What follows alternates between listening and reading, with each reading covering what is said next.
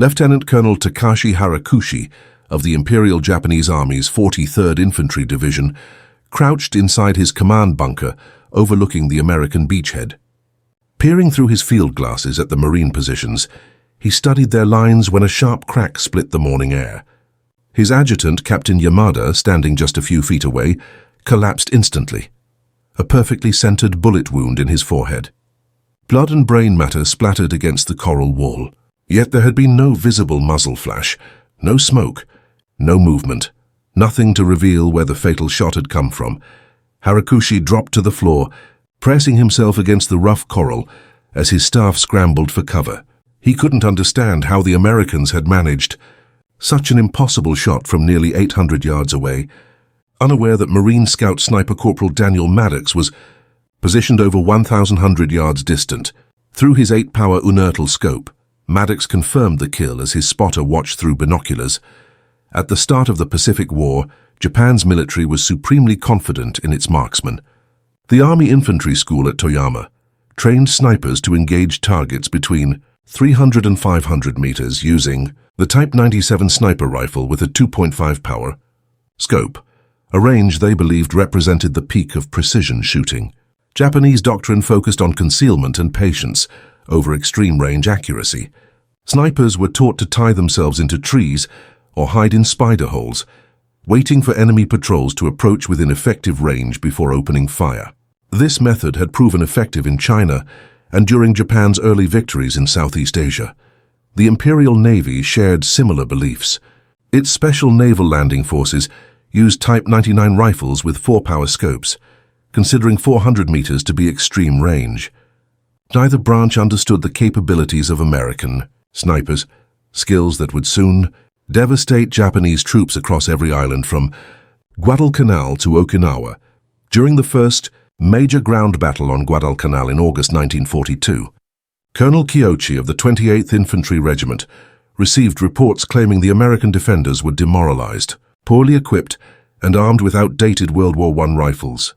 He had no idea that select Marines were already equipped with national match M1903A1 rifles, fitted with advanced Unertl scopes, weapons refined through decades of long-range competition at Camp Perry, where Marine marksmen had dominated 1,000-yard firing lines.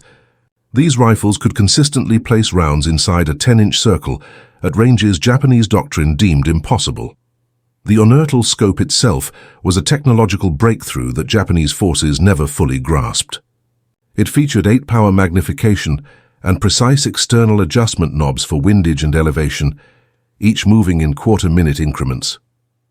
This allowed Marine snipers to correct for wind drift, bullet drop, and even the Coriolis effect, capabilities unheard of in Japanese optics. Private First Class Masao Watanabe of the 2nd Sendai Division first experienced Marine sniper fire in the jungle ridges above Henderson Field in October 1942. In his diary, he wrote that death came from nowhere. He described how his lieutenant had been speaking to their platoon when his head suddenly snapped back, a red mist hanging where his face had been. The rifle's crack reached them 2 seconds later. As they scattered for cover, Watanabe couldn't understand how the Americans could even see through the dense canopy, let alone shoot with such precision at ranges their own rifles couldn't reach. He didn't know that Marine sniper teams had studied Japanese movements for weeks, mapping trails, clearings, and meeting spots. They had established hidden positions with clear fields of fire between 700 and 900 yards, well beyond the reach of Japanese weapons. The M1903A1 rifles with Unertl scopes could deliver instant, deadly accuracy at those distances. The M1903A1, which terrified Japanese troops throughout the Pacific, had originally been built for competitive marksmanship. It used the reliable Springfield action, with a star-gauged barrel guaranteeing exceptional accuracy, match-grade triggers tuned to a crisp 4-pound pull, and hand-fitted walnut stocks carefully bedded by Marine armorers in Philadelphia for stability in harsh tropical climates. These details meant little to Japanese intelligence officers, who continued insisting that American rifles were inferior, even as reports piled up of officers killed by single, perfectly placed shots from incredible distances. The Unertl scope was chosen by the Marine Corps Equipment Board after tests proved it could hold 0 even after repeated recoil, unlike fragile Japanese optics that required constant re-zeroing. Its sliding mount let the scope move backward under recoil, protecting the glass and maintaining exact aim when reset for the next shot. During the September 1942 offensive on Guadalcanal's Bloody Ridge, Major General Kiyotake Kawaguchi of the 35th Infantry Brigade lost 17 officers above the rank of lieutenant in just 3 days, including his operations officer, Major Tanaka, who was shot through the throat while reading a map nearly 1,000 yards from known Marine positions. The fatal bullet came from Gunnery Sergeant Mitchell Barnes, who had infiltrated forward of Marine lines before dawn and hidden on a coral ridge overlooking Japanese staging areas. He methodically targeted officers identifiable by their samurai swords, striking from 800 to 1,000 yards with such precision that surviving Japanese leaders removed their insignia and swords, desperate to blend in and escape the invisible death stalking them. The psychological impact of Marine sniper operations often outweighed their tactical results. Lieutenant Commander Ishikawa of the Yokosuka 7th Special Naval Landing Force, who survived the Tarawa assault in November 1943, later wrote that the Americans possessed demon eyes, capable of seeing through jungle and walls. He described how his unit's advance stalled, not from machine guns or artillery, but from the paralyzing fear that gripped his men as officers dropped one by one, neat bullet holes appearing in their heads or chests. The only sound was the faint crack of a rifle, so distant it seemed detached from the deaths around them. Terrified, his men crawled on their bellies for hundreds of meters, knowing that standing upright meant instant death from an unseen enemy. They never realized that Marine scout snipers had positioned themselves on the pier and in the damage control tower, some nearly 1,200 yards away, calmly picking off Japanese officers using the same techniques honed on the long-distance ranges of Camp Pendleton. Captain Sakai Oba, who led the long holdout on Saipan after its fall, later wrote in his hidden journal that his men feared not the Marines or their tanks, but the ghost shooters who killed from beyond the clouds.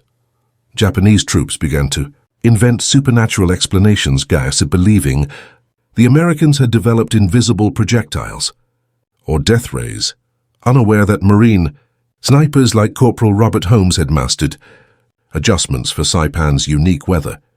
They compensated for the trade winds, the heat shimmer from coral rock, and the effects of humidity on bullet flight, allowing them to hit targets beyond 1,000 yards with their M1903A1 rifles and Unertl optics. These rifles fired match-grade ammunition at 2,800 feet per second, retaining lethal power even at extreme ranges.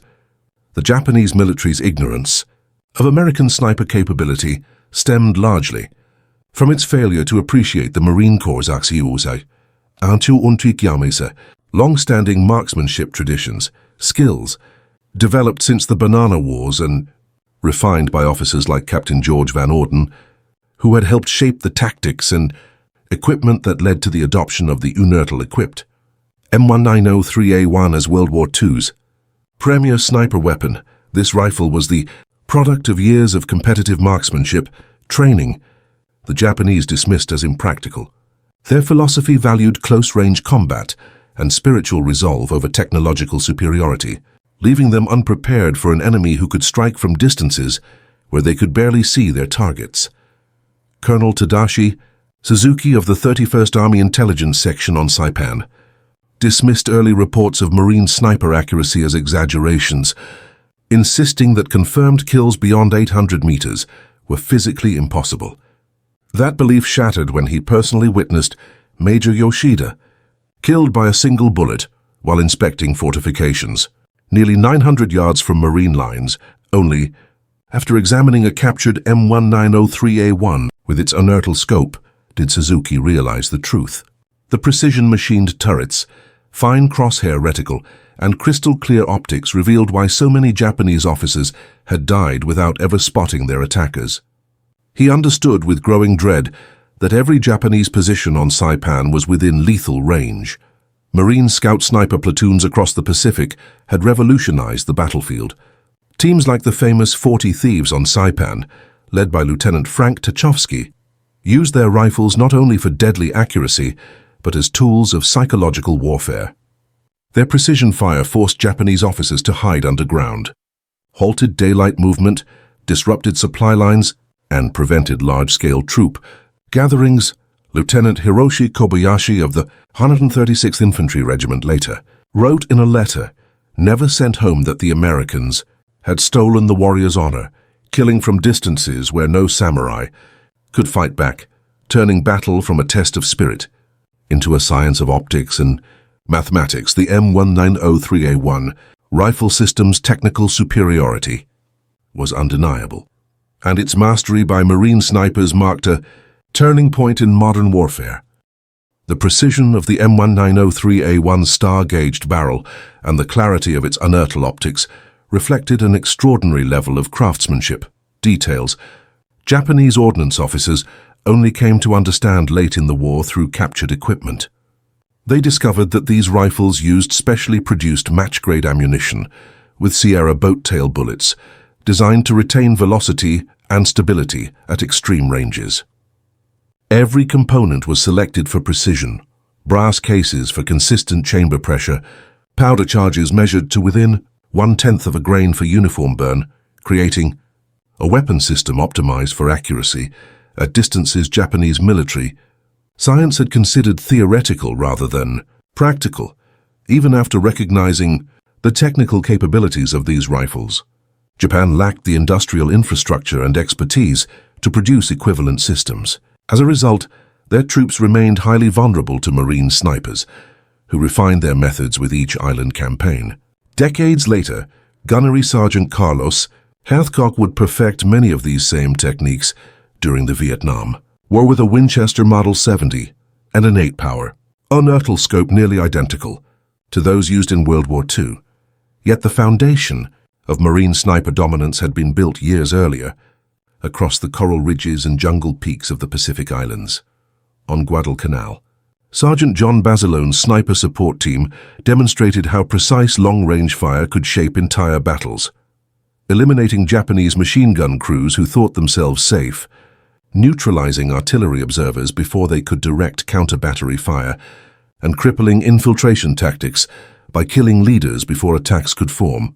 Colonel Tashinari Shoji of the 230th Infantry Regiment reported to General Hyakutake that such sniper fire was unprecedented in modern warfare, describing it as a hand of death reaching out to strike Japan's finest officers and sergeants with impossible accuracy. The M1903A1 itself became an object of fearful fascination among Japanese troops who examined captured rifles. Private Kenji Yamamoto of the 17th Army wrote in his diary about discovering a fallen Marine sniper on Bougainville. He described the weapon as unusually long and heavy, its scope resembling a surveyor's instrument. Turning the adjustment knobs, he counted the clicks without understanding that each represented a quarter-minute of angle, enough for Marine snipers to correct for wind and range, placing a .30 caliber bullet exactly where intended even at distances beyond 1,000 yards. To soldiers trained in instinctive shooting and Kentucky windage, this precision seemed like sorcery. Yamamoto also noted the rifle's flawless construction, the smooth bolt action, the perfectly fitted stock, signs of industrial precision Japan could not match, especially as its wartime production declined. Lieutenant Colonel Masashi Ogawa, operations officer for the 5th Base Force on Tarawa, and one of the few senior survivors of that 76-hour battle, later testified that American sniper fire effectively decapitated Japanese command structure within the first day. Admiral Shibasaki and his entire staff were killed while moving between command posts, picked off one by one from what seemed impossible distances. Without coordinated leadership, Japanese units could not organize counterattacks without exposing themselves to devastating precision. Ogawa noted in particular that American snipers seemed to identify officers even when they had removed their insignia, as though their scopes could see into a man's soul. In truth, Marine snipers had been trained to read authority through posture, behavior and interaction, small details magnified 8 times, through an Unertl lens that made leadership traits unmistakable. The Battle of Peleliu in September 1944 showed how far Marine sniper tactics had advanced. Colonel Kunio Nakagawa, now aware of the sniper threat, ordered all officers to wear enlisted uniforms and forbade any gathering of more than 3 men in daylight. Movement was restricted to tunnels and covered trenches. Despite these measures, he still lost 43% of his company-grade officers in the first week. Marine scout snipers had adapted again, using their superior optics to locate targets through the smallest openings, firing ports, ventilation slots, and cracks between coral boulders. They employed their M1903A1 rifles like surgical tools, dismantling Japanese defenses from beyond effective range. The result forced Japanese troops underground by day, unable to observe or repair positions without risking instant death. Master Sergeant Tetsuo Harata of the 14th Infantry Division's Sniper Section, one of the few Japanese marksmen to survive Peleliu, later testified to the futility of resisting Marine snipers. His Type 97 rifle, with its 2.5 power scope, could not clearly identify targets at the ranges where American marksmen operated. Attempts to locate their firing positions by sound failed, as the supersonic bullets crack arrived long before the rifle's report, making direction impossible to determine. Even when Japanese snipers pinpointed likely positions, their weapons lacked the reach and precision to retaliate, forcing them to wait helplessly for Marines to approach within 400 meters, all while suffering steady losses from rifles effective at 3 times that distance. Harata compared the contest to fighting modern rifles with matchlock muskets. During the liberation of the Philippines, Marine snipers adapted their M1903A1 rifles and Unertl scopes to urban warfare, a scenario Japanese doctrine had never anticipated. From the ruins of Manila's government buildings, scout snipers used 8-power magnification to observe enemy positions through shattered windows and shell holes at over 800 yards. Coordinating with forward observers, they directed artillery and mortar fire with unmatched precision, eliminating machine gun crews through narrow embrasures and officers attempting to reorganize defenses. They even neutralized enemy snipers before they could threaten advancing infantry, transforming city combat from close quarters fighting into a calculated, long-range dismantling of resistance. Colonel Katsuji Yamamoto of the Manila Naval Defense Force described it as facing an enemy who sees everything while remaining unseen, outstriking anywhere while untouchable. The institutional knowledge Marine snipers built during the Pacific Campaign created a widening gap that Japan could never close. Lessons learned on Guadalcanal were refined at Tarawa, perfected at Saipan, and mastered at Iwo Jima. Each new generation of scout snipers passed on hard-earned experience, reading wind patterns over water versus land, compensating for heat shimmer above coral sand, understanding how humidity altered bullet flight at different altitudes, and learning how dense vegetation could deflect shots. These insights, meticulously recorded in after-action reports, evolved into a complete doctrine of tropical long-range precision warfare. Japanese forces, locked in retreat and constant defense, never had time to develop equivalent knowledge. On Okinawa, Captain Sunao Endo of the 32nd Army Intelligence Section compiled one of the most detailed Japanese analyses of American sniping. Drawing from survivor accounts and captured equipment, his report to General Ushijima concluded that Marine sniper superiority was not just technological, it reflected a fundamentally different philosophy of war. In American doctrine, individual marksmanship was treated as a science supported by resources, precision manufacturing, and methodical study, turning killing into an engineering challenge rather than a spiritual trial. Endo observed that Marine snipers took pride in achieving seemingly unnecessary long-range kills, demonstrating their total control of the battlefield. Their accuracy served as psychological warfare, eroding morale more effectively than artillery or bombing ever could. The M1903A1 rifle and Unertl scope became so feared that myths spread among Japanese troops. Soldiers on Saipan claimed American snipers could see through walls, shoot around corners, or kill men hiding in caves. These stories arose from real incidents, Marines predicting movements through careful observation, striking the moment a target appeared, creating the illusion of omniscience. Terrified soldiers resorted to Shinto purification rituals before patrols, believing they faced supernatural forces rather than superior technology and training. Lieutenant Yoshio Suzuki of the 9th Tank Regiment later described this as a collapse of rationality, driven by the shock of losses that seemed to defy the natural laws of war. Production standards for the M1903A1 further highlighted American industrial precision. Each barrel was individually tested. Any that failed to meet grouping requirements were rejected. Stocks were crafted from seasoned, straight-grained walnut resistant to tropical humidity. Actions were hand-fitted for smooth cycling, and triggers adjusted by expert armorers to break cleanly without creep. These rifles maintained accuracy through thousands of rounds in conditions that quickly degraded Japanese weapons. Combined with the Unertl scope's fine adjustments and optical clarity, they allowed Marine snipers to achieve consistent first-round hits at ranges Japan still insisted were impossible, even as more officers fell to these impossible shots.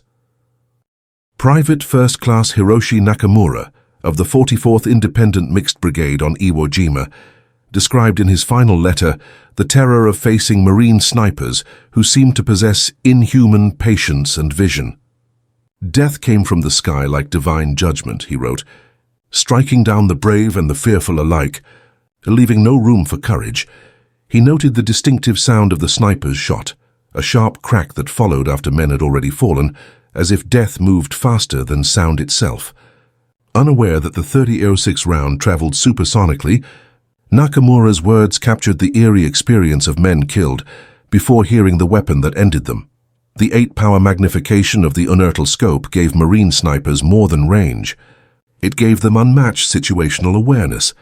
They could watch enemy positions for hours, study routines, identify leaders by behavior, locate hidden supply lines, and pinpoint command posts invisible to the naked eye. These scout sniper teams often gathered more intelligence than they fired rounds, providing regimental commanders with vital information that guided entire operations. This dual role, as observers and executioners, was something Japanese doctrine never envisioned. Their snipers were trained solely as solitary shooters, not as instruments of coordinated battlefield intelligence. Unlike reconnaissance units, Marine snipers operated as precision killers. Corporal Yukio Tanaka, of the Naval Guard Force on Tinian, left one of the most detailed Japanese accounts of encountering Marine sniper fire.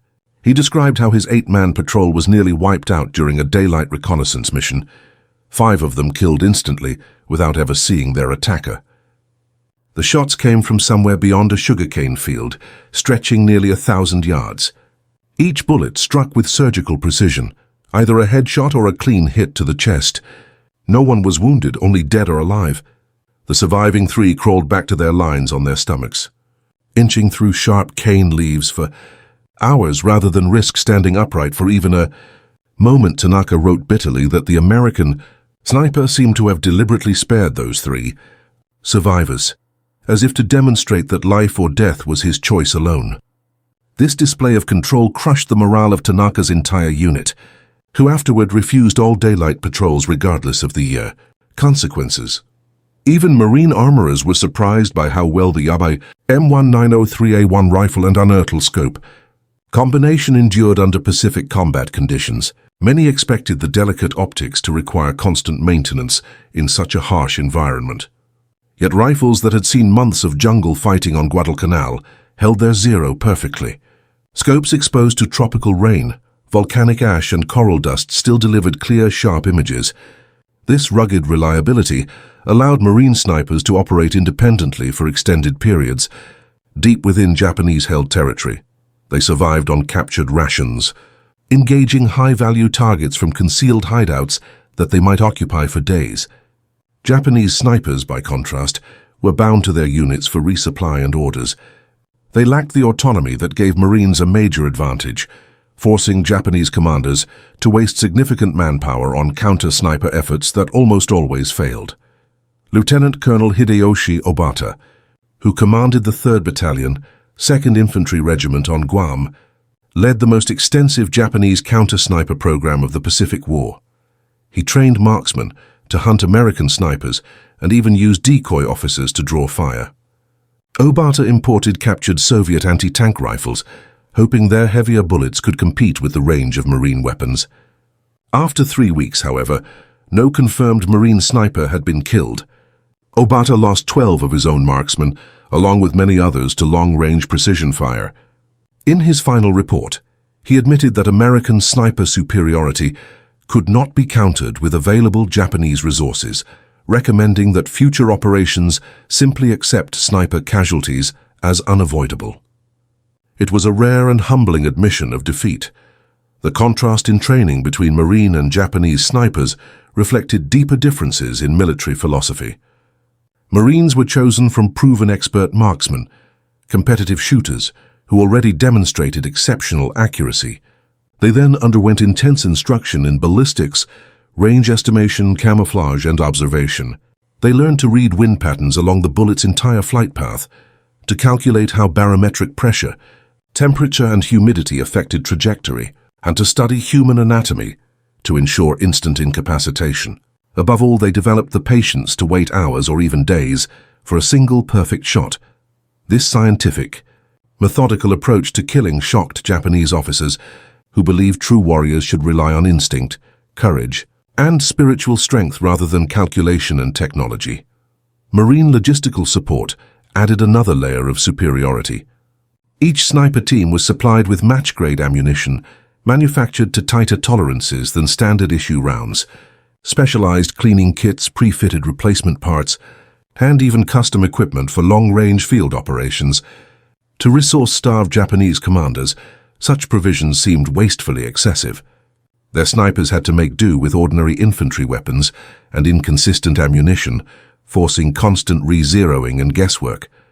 Marines, by contrast, could rely on perfect uniformity shot after shot. During the October offensive on Guadalcanal, Major Misawa Maruyama of the 2nd Division reported losing more officers to sniper fire than to all other causes combined. His after-action report described the jungle as a killing field where no movement was safe, no cover secure, and no distance far enough. Battalion commanders were forced to lead from the rear, company officers hid among their men, and platoon leaders removed all visible insignia. Yet the sniper attrition continued relentlessly. Maruyama's impression that Americans were deliberately hunting specific officers was not wrong. Marine scout snipers often operated from intelligence-based target lists, compiled from aerial reconnaissance, prisoner interrogations, and field reports. Their mission was not random killing. It was the systematic elimination of leadership to cripple Japanese operations. This precision-based psychological warfare extended beyond physical casualties. It deeply undermined Japanese military culture, which celebrated visible courage and leadership by example. Officers accustomed to leading from the front were now forced to hide underground, conduct inspections at night, and issue orders through intermediaries. These behaviors eroded the respect and confidence of their subordinates, who had been trained to revere fearless leadership.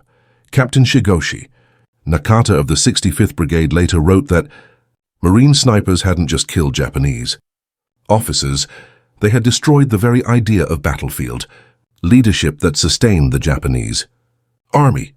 By the Battle of Okinawa in 1945, Marine sniper tactics had reached their peak. Scout sniper teams equipped with M1903A1 rifles and Unertl scopes operated in direct support of infantry, conducting counter-sniper missions against Japanese marksmen, hiding in ancient tombs, and engaging defenders entrenched in the Shuri line from over 1,000 yards away. They worked closely with artillery observers to neutralize Japanese spotters before they could direct counter-battery fire. Perhaps most notably, Marine snipers provided overwatch during civilian evacuations, using their precision rifles to eliminate Japanese soldiers attempting to use Okinawan civilians as shields. Such discrimination in targeting would have been impossible without the superior optics and accuracy of their weapons. Colonel Yahara, the defensive strategist of the 32nd Army, later analyzed Marine sniper tactics in depth. He admitted that their long-range precision nullified Japan's fortified positions, turning combat into what he called a one-sided conversation, where Americans spoke and Japanese could only listen and die. He estimated that by mid-campaign, Marine snipers had killed more than 60% of Japan's company-grade officers, leaving sergeants and corporals to assume command far beyond their training.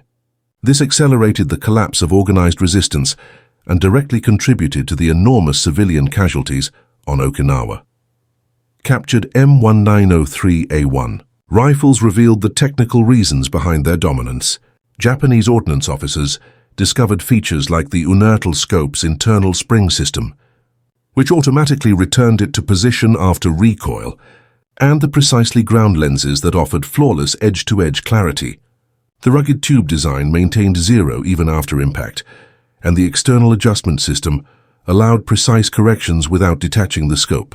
Japanese engineers understood these concepts in theory, but lacked the industrial precision, materials, and equipment to reproduce them, especially as Allied bombing crippled Japan's manufacturing base. Sergeant Major Yoshio Takahashi, a survivor of the 9th Infantry Regiment on Iwo Jima, described the terror of Marine sniper fire during the battle's final stages. Trapped at the island's northern tip with nowhere left to retreat, his men were killed one by invisible marksmen firing from high ground. Sniper bullets entered through cracks, vents, and bunker slits, turning the battlefield into a shooting gallery. Takahashi recalled that many soldiers came to envy those killed by flamethrowers or artillery, deaths that at least came quickly. Sniper victims often spent hours under observation before a single deliberate shot ended their lives. Japan's failure to anticipate Marine sniper dominance reflected deeper flaws in its military intelligence. Overconfidence in spiritual strength and racial prejudice led commanders to underestimate American technical ability. Intelligence officers focused on grand strategy instead of tactical warning signs, such as the U.S. Marine Corps' procurement of thousands of Unertl scopes in 1942, the creation of sniper schools at Camp Pendleton and Camp Lejeune, and the development of specialized sniper ammunition.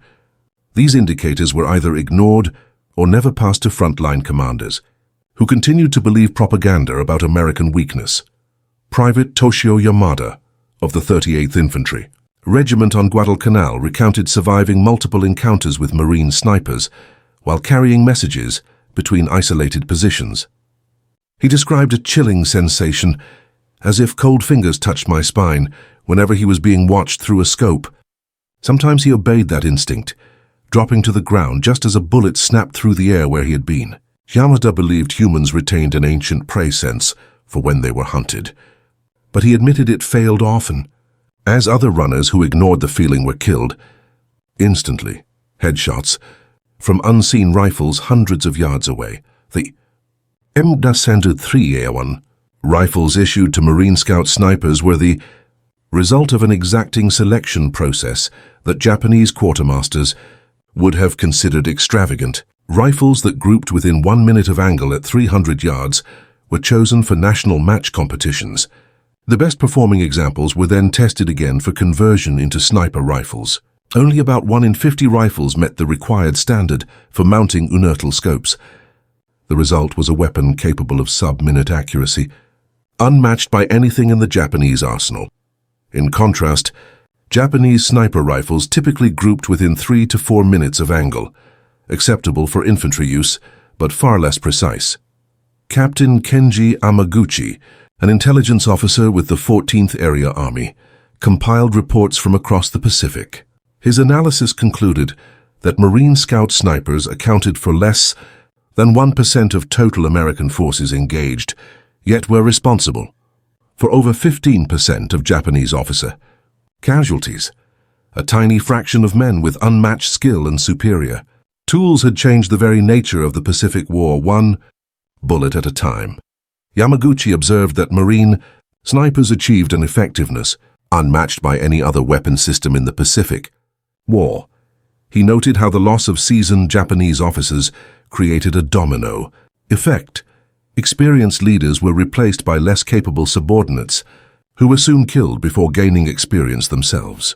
This cycle rapidly degraded command quality across the Japanese army, turning organized withdrawals into chaotic retreats, planned counterattacks into desperate suicides, and coordinated defenses into fragmented pockets of resistance easily dismantled by American combined arms tactics.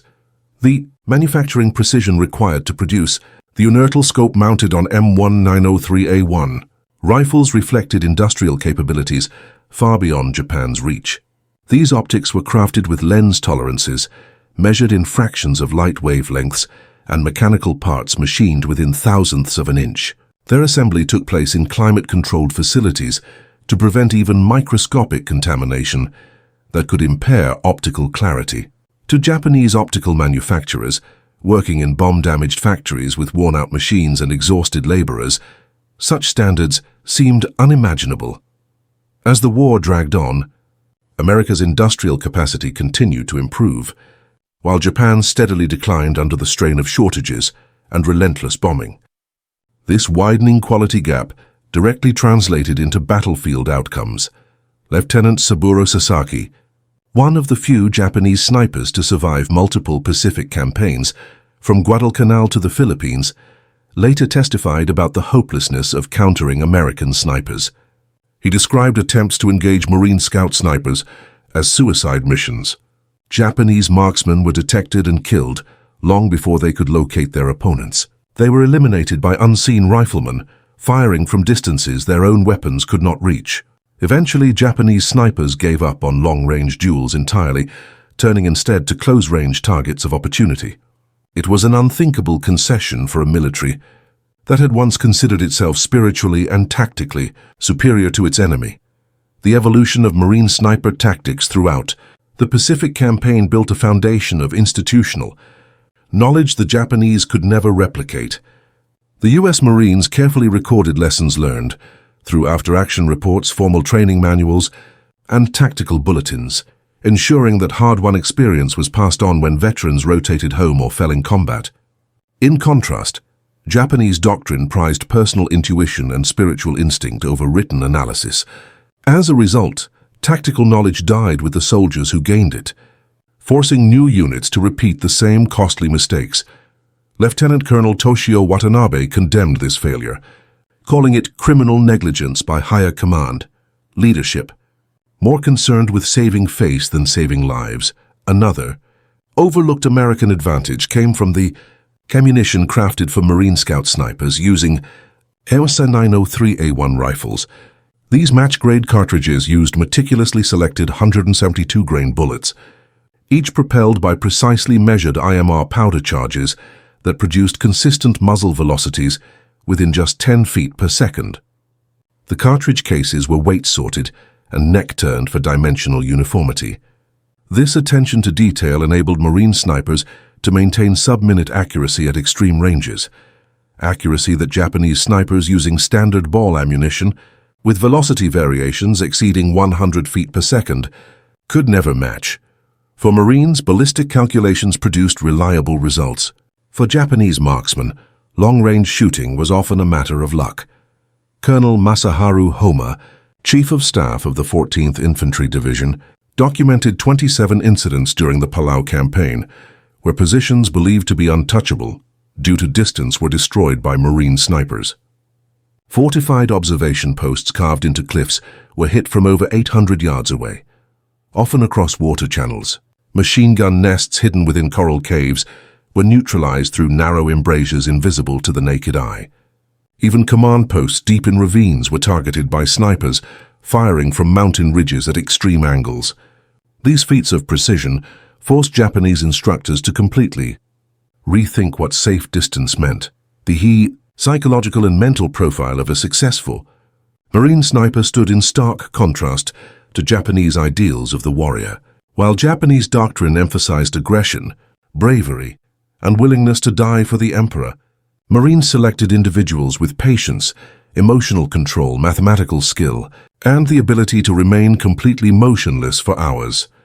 Marine snipers approached their craft with scientific detachment rather than passion. They calculated wind drift, temperature, and bullet drop using slide rules. They logged atmospheric conditions in data books and treated every shot as an experiment in applied physics, not an act of spiritual valor. This methodical approach consistently produced accurate results at distances where Japanese snipers, relying on intuition and experience, could only hope for the occasional hit. Warrant Officer Jiro Tanaka of the Special Naval Landing Forces described being pinned down by Marine sniper fire during the defense of Tinian's airfields. He wrote that death whispered constantly from distant ridgelines, forcing his men to move only under cover of darkness and never in predictable patterns. Yet even then, they still lost men to unseen shooters, ghosts who killed without being seen or located. Tanaka said this constant threat created a climate of terror, where daylight itself felt lethal. Many of his sailors developed combat fatigue, not from artillery or airstrikes, but from the unrelenting fear that any movement could draw a bullet from beyond visible range. The M1903A1 rifle's superior accuracy was rooted in design. Decisions made decades before the Pacific War, its Springfield action featured controlled round, feeding for consistent chambering, a long sight radius for precise iron sight alignment when scopes were damaged, and a robust Mauser-style extractor for reliable cartridge control in dirt and mud. These seemingly minor design elements proved crucial in battle, where a single malfunction could mean death. Combined with match-grade barrels made from the highest quality steel, these rifles maintained accuracy even after thousands of rounds, while Japanese Type 97 and Type 99 rifles quickly lost precision due to barrel wear from inferior metallurgy. The M1903A1 rifle's superior accuracy was rooted in design decisions made decades before the Pacific War. Its Springfield action featured controlled round feeding for consistent chambering, a long sight radius for precise iron sight alignment when scopes were damaged, and a robust Mauser-style extractor for reliable cartridge control in dirt and mud. These seemingly minor design elements proved crucial in battle, where a single malfunction could mean death. Combined with match-grade barrels made from the highest quality steel, these rifles maintained accuracy even after thousands of rounds, while Japanese Type 97 and Type 99 rifles quickly lost precision due to barrel wear from inferior metallurgy. The final Japanese assessment of American sniper capabilities came from General Mitsuru Ushijima himself. Before his ritual suicide on Okinawa, he wrote that the Americans had turned warfare into a mathematical exercise, where victory goes not to the brave, but to those who calculate most precisely. He lamented that Japan had failed to develop effective countermeasures, leaving countless officers to die at the hands of invisible enemies. These deaths achieved nothing except proving American technical superiority, contradicting everything the Japanese military believed about courage, spirit, and the supremacy of willpower over machinery. The legacy of Marine Scout snipers, armed with M1903A1 rifles and Unertl scopes, extended far beyond their confirmed kills. Their performance fundamentally reshaped how both sides viewed infantry combat. The war proved that exceptional marksmanship, supported by technology and training, could influence battles as decisively as artillery or air power. A single well-trained sniper could paralyze entire units through the selective elimination of leaders, demonstrating that precision and discipline could outweigh sheer bravery. These lessons shaped military doctrine for decades after the war ended. For the Japanese soldiers who faced these unseen marksmen from Guadalcanal to Okinawa, the lesson was simpler and far more personal. Death could come at any moment, from anywhere, delivered with surgical precision by an enemy who had transformed killing into a science that no amount of Bushido spirit could overcome. Among the captured documents, after Saipan was the diary of Sergeant Hiroshi Matsumoto, which contained perhaps the most haunting reflection on this new kind of warfare. In his final entry, he wrote that the Americans had stolen the soul from war, turning it into nothing more than mathematics and optics. In this new reality, a man's life was worth less than the price of a bullet. Courage meant nothing if one could be seen through a telescope. Honor had no meaning when death came from beyond reach. Matsumoto concluded with words that would have been heresy before the war. Perhaps the Americans were right. War is not about spirit or courage. It is about killing the